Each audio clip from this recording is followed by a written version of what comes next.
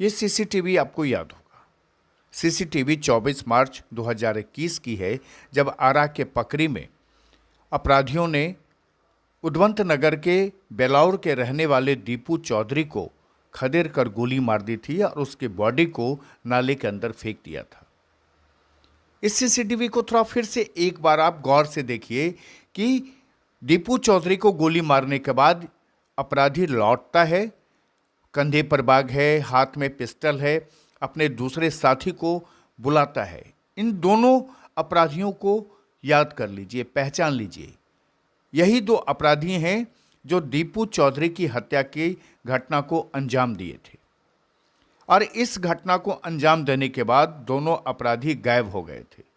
लेकिन आज एसटीएफ ने इन दोनों शातिरों को पटना के कंकरबाग के अशोकनगर के एक किराए के मकान से धर दबोचा है। भोजपुर में बुट्टन चौधरी के भतीजे दीपू चौधरी की दिन दहाड़े गैंगवार में 24 मार्च को हत्या करने वाले ये दोनों अपराधी दबोच लिए गए। एसटीएफ ने पटना के कंकरबाग के अशोकनगर के एक किराए के मकान में रह रहे दोनों शातिरों को धर दबोचा है। आपको बता दें कि भोजपुर के आरा के पकरी मोहल्ले में 24 मार्च को इस घटना को अंजाम दिया गया था। गुड्डू चौधरी इस घटना में घायल हो गया था, जबकि दीपू चौधरी की मौत हो गई थी। इस हत्या के पीछे बुट्टन चौधरी के जानी दुश्मन रंजीत चौधरी का हाथ बताया जा रहा था। इसी गैंगवार की पूरी खबर खुलासा ने आपको दिखाई थी।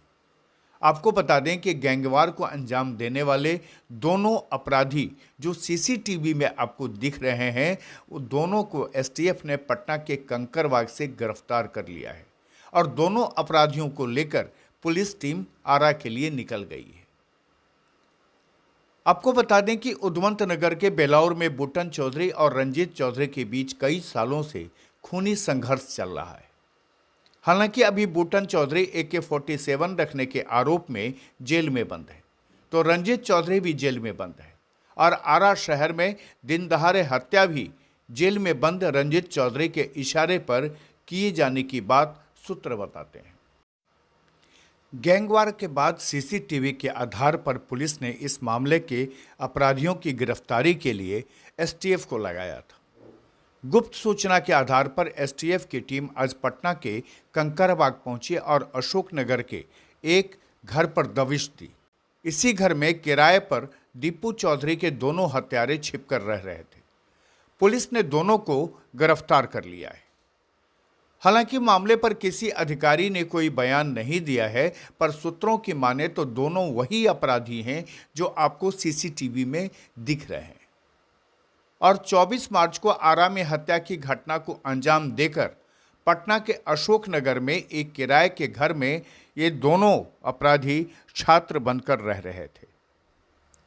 जब पुलिस को गुप्त सूचना मिली तो आरा के एसपी के निर्देश पर एसटीएफ की टीम ने आज दोपहर इन दोनों अपराधियों को किराए के कमरे से गिरफ्तार कर लिया और इनको अपने साथ लेकर आरा चली गई है। यह बड़ी खबर है कि जब बुट्टन चौधरी के भतीजे दीपू चौधरी के हत्यारे पकड़े गए हैं। पटना से खुलासा के लिए अनुप्रकाश की रिपोर्ट।